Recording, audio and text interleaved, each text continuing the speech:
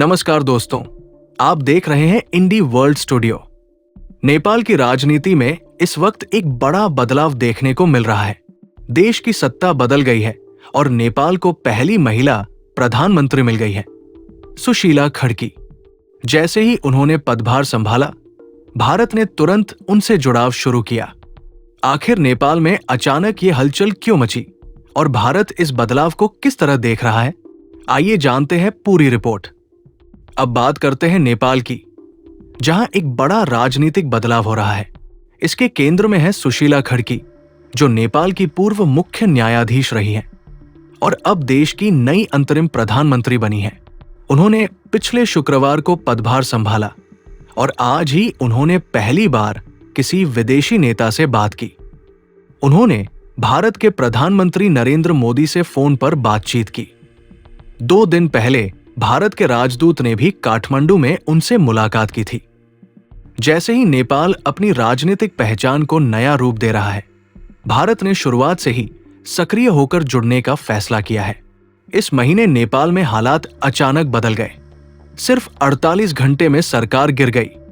ज्यादातर युवा प्रदर्शनकारी सड़कों पर उतर आए। वे गुस्से में थे। उन्होंने सरकारी दफ्तरों पर धावा बोला, नेताओं के घरों में आग लगाई, यहां तक कि लग्जरी होटलों को भी नुकसान पहुंचाया। ये सब लोगों की गहरी नाराजगी दिखा रहा था।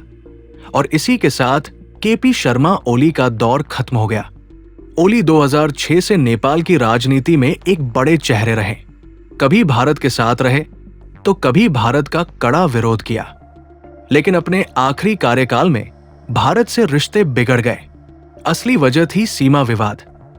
हाल ही में काठमांडू ने भारत और चीन के बीच लिपुलेख दर्रे से व्यापार शुरू करने पर आपत्ति जताई।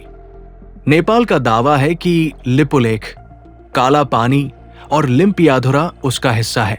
2020 में नेपाल ने संविधान संशोधन करके नक्शा भी बदल दिया था। भारत ने इन दावों को सिरे से खारिज कर दिया और कहा कि ये न तो सही है, न ही ऐतिहासिक तथ्यों पर आधारित। इसी बीच विरोध बढ़ता गया और ओली की कुर्सी चली गई। अब नेपाल की नई प्रधानमंत्री है सुशीला खड़की। वो देश की पहली महिला प्रधानमंत्री भी है।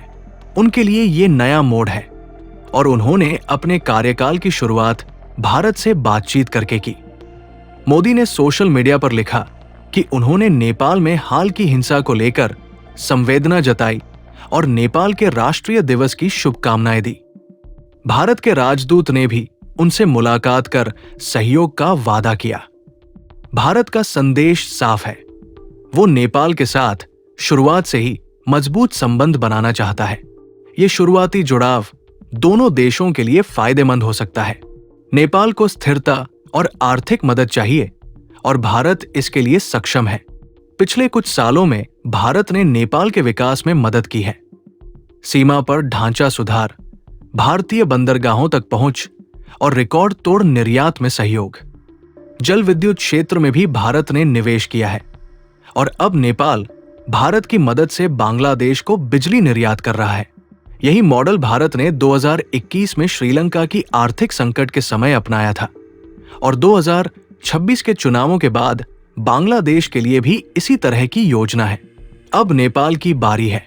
हालांकि नेपाल की राजनीति अब भी जटिल है और हाल के विरोध ने दिखा दिया कि हालात कभी भी बदल सकते हैं।